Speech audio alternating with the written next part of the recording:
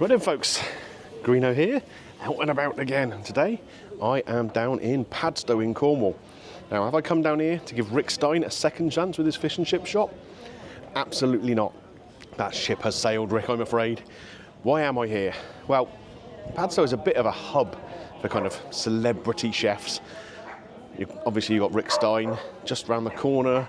As you're heading out of Padstow, you've got into Rock, and along the coast there, Port Isaac, you've got Nathan Outlaw. But also here, directly in Padstow, a couple of places owned by Paul Ainsworth. Now, he's a very, very famous chef here. He's worked under the best of the best. He started out working for Gary Rhodes, he's worked for Gordon Ramsay, he has worked for Marcus Waring. Now he has got 4 or 5 different restaurants of his own, all based in and around the area down here in Padstow.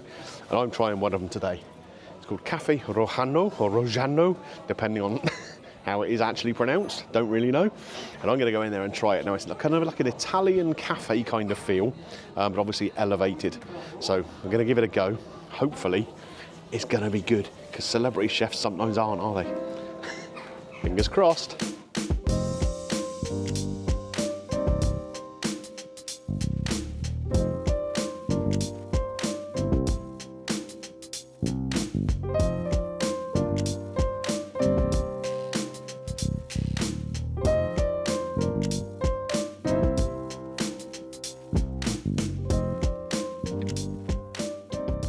Okay then guys, so I've come inside and I am seated in a nice little conservatory area here, which is pretty cool.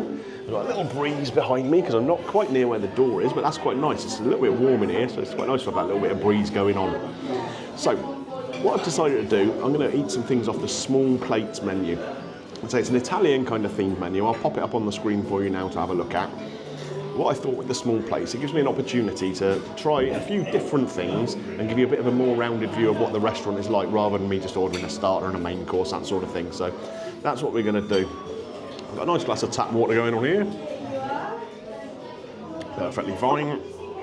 Came over with a nice jug with some ice, and the service so far has been very, very nice and friendly. So all good so far. I'm looking forward to the food turning up. We'll run through what I've ordered then. I've got to say, I really like Padstow as a place. It's really cool. And I came down here on a Tuesday lunchtime because I thought it would be quiet, to be honest with you. Didn't think there'd be that many people about. Took me ages to find somewhere to park. There's people absolutely everywhere. So it's obviously popular all times of year. I guess it is a bit of a sunny day today, but we're in the autumn. Like I say, it's a Tuesday as well. I just thought it wouldn't be this busy.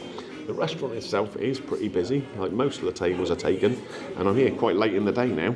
Well, wait a minute, almost 3 o'clock. So you'd think lunch service would pretty much be done, but no. Lots of people still here eating, drinking, and the food, from what I've seen being delivered to other tables, looks great. It really does look good, so I'm looking forward to this. So unlike a lot of celebrity chefs, this is a place where you will find the chef occasionally. Now, Paul Ainsworth has got, I think, 4 restaurants here in Padstow itself and a guest house, and he's involved in all of them. Obviously he has the Michelin Star place, the number 6, he has the Mariners, he has this place, and he does like to oversee things a lot more than a lot of people do with multiple, you know, franchisey kind of chain, should we put it that way. So he's obviously concentrated all his restaurants in the same town, and he can just nip about between them as and when he wants to.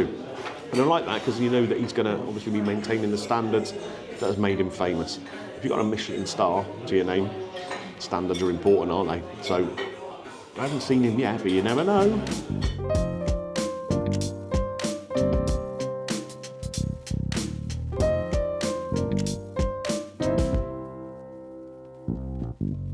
Well then folks, my food has arrived. Yeah, possibly over-ordered a little. But take a closer look at what I got.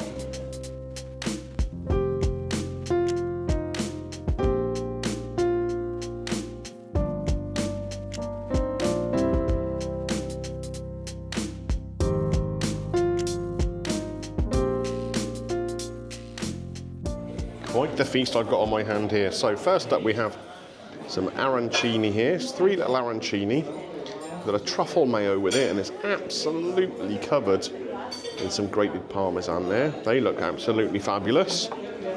Next over here we have some paprika coated squid. They look rather good to me. Nice kind of dipping sauce there with some more paprika in it. We have a flatbread here, topped with burrata and ham and bits and bobs. Very, very nice looking that is too. And a portion of fries to go with it. Fries are available, you've got to give them a try, haven't you? So we'll go with those first. Oh, we got that fly's turned up again. He's been following me around for weeks, he has. So let's go with the little fries. Now these are nice little kind of thin, skinny fries. They feel very, very crispy. I'm going to dip them into this mayo I've got. And you, take care. Very, very nice. Pre-salted. Very crispy on the outside. You were right, they're very good fries. The fries were a recommendation from a diner at the table next to me. She said they were great, and she's not wrong. You can probably hear in the background, something I haven't mentioned yet, this place is dog friendly. Oh yeah, everything is absolutely fine, yeah, thank you very much, cheers. Again, the service here has been very, very nice. There's about 3 or 4 different points that the servers have come over and spoken to me, asking if I wanted tap water, any other drinks, taking my order, checking everything was okay while I was waiting for my order to come. So, yeah, this has been on point so far. This has been on point. Okay, so, where are we going to start with this food? We'll go with the little arancini. Now, there's 3 of these arancini here on the plate, and like I say, completely covered in like almost like a wig of parmesan. So, let's get one of these open and we'll take a little look inside. There we go. So of course arancini, nice little rice balls covered in breadcrumbs, and inside here you'll be able to see like a bolognese kind of mix. You see all that parmesan on there? There's loads of it. So let's give it a try. Wow, that has a real intensity of flavour. Because you've got the parmesan on the outside, you get that salty hit right away. Then you get the crunch that comes from that breadcrumb coating, and then a really deep, rich bolognese ragu kind of flavour.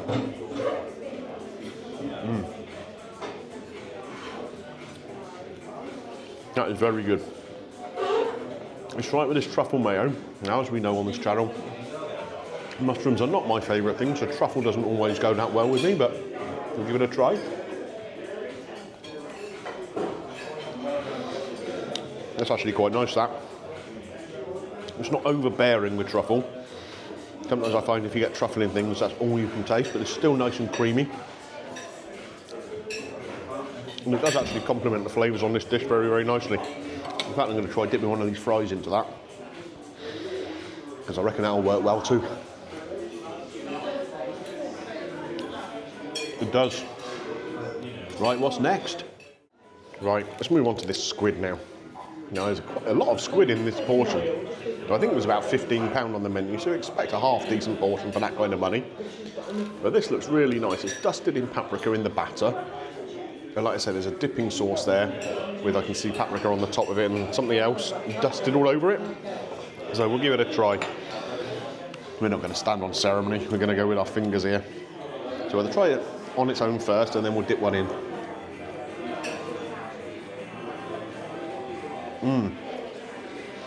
That's really good. Very, very crispy coating, but the squid inside is lovely and soft. Sometimes that's a worry with squid, isn't it? It can be a bit rubbery if it's overcooked. But they've managed this just perfectly. Like I say, the inside, lovely and soft, but the battery coating on there, which has got like a heady little hit of paprika, but also a very good sharpness. There's lemon squeezed all over this already. A little bit of parsley herb on there as well. Just gives a tiny little touch of flavour. And let's try getting this into this dipping sauce here as well. Another kind of creamy mayo-based thing. I can say there's paprika in there too.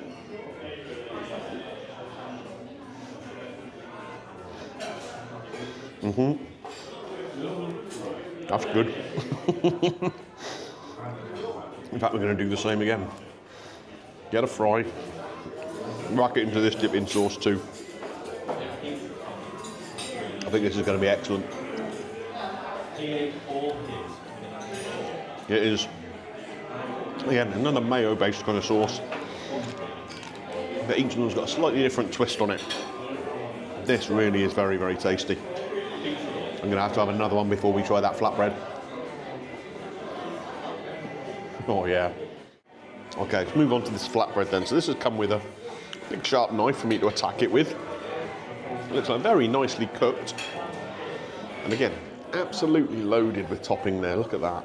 We've got peppers I can see on there. There's some herbs. There's burrata on there, along with the parmesan and some hammy stuff on the top. So I'm going to cut a slice off of this and we'll see how it looks. If we can get a cross section going. So they've kind of pre-sliced the base a little bit, but obviously not the toppings. So you've got some guidelines to follow at least anyway. So here we go. So cut it into quarters there. I say nice crispy base there. You can see maybe on the bottom there, you can see where it's been cooked like on a stone bake kind of thing. And absolutely oozing with goodness on the top. Is that little chili peppers maybe? It is, little pickled chilies on there. Oh yeah. Kind of like a slightly fiery version of what you get on top of the kebab. They're really good. Right, let's take a bite of this whole thing. As you first bite it, you start to get that kind of melted cheese flavour. But then, very quickly, that lovely ham kind of comes in. Not salty. There's enough salt in the cheese. But the ham, you've had a nice little cured meaty flavour. And the actual cookery of the bread itself is delicious. It's crispy, but without being hard. Oh yeah. So there's little bits of pickled pepper on the top. Just every now and again you need to get a little bite of it and a little pop, and oh my goodness. Delicious. Absolutely delicious. Wow. I know it's just a little flatbread, but it's been so well thought out. There are flavour pops everywhere. The combination is great. The burrata gives a lovely kind of silkiness to it. But then you've got a little bit more sharpness from that parmesan on there. And even the crusts on their own. Yeah, great. So again, I've got to say how much I am enjoying this food. I don't think there's a single thing on here that I don't like. It's all really well thought out, really well balanced. And lots of different kind of flavour combinations, that sort of thing. And even simple things, like the fries being good. That's great. That's on this flatbread. There's just those little pickled peppers put on the top. Not everywhere would do that. It just gives you little bursts of different flavours. Almost like a little surprise every now and again. The paprika and the lemon in this squid. You know, you get a lot of crispy squid in places, don't you? And it can be fairly bland. You might get some salt and pepper in the seasoning or something like that. But even the mayo, the dip here, has got complementary flavours that kind of go with everything else on the plate. Really, really clever little combinations, and so tasty. And another thing, it's one of the few places that's got me eating truffle mayonnaise. I just wanted to show you inside, if I can, this little squid thing. You see the lovely white flesh in there, the crispy coating everywhere. And again, even though it's some minutes now since I brought it to the table, it's still really crispy. And the squid is still lovely and soft. You know what I mean? This is like, it's not fine dining by any stretch of the imagination. Little small plates, you've got pasta dishes, that sort of thing. But everything is good. Everything is good. It's been elevated to a standard above what you would find in your normal kind of chain Italian places or whatever. Are you going to pay a little bit of a premium for that? Yeah, of course you are. But not so much that it's not worth it. Right, well, clearly I'd ordered too much food because I wasn't able to finish all of that. But what they're doing for me, they're boxing it up now so that I can take it away with me and enjoy it later. So that's good of them. Looking forward to having a second go at it, to be honest with you. Just too full right now. Anyway, while they're doing that, I've asked them to bring me the bill. So once I've got that, I'll settle up and we'll go outside and we'll have a little chat about the meal as a whole.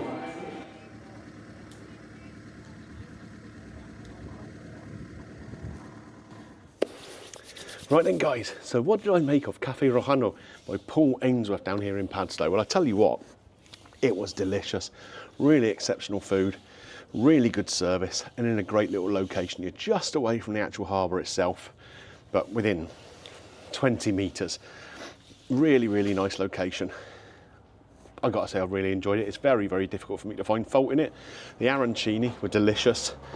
The squid were outrageously good, especially with that paprika and lemon topping. And the fries even, they were great.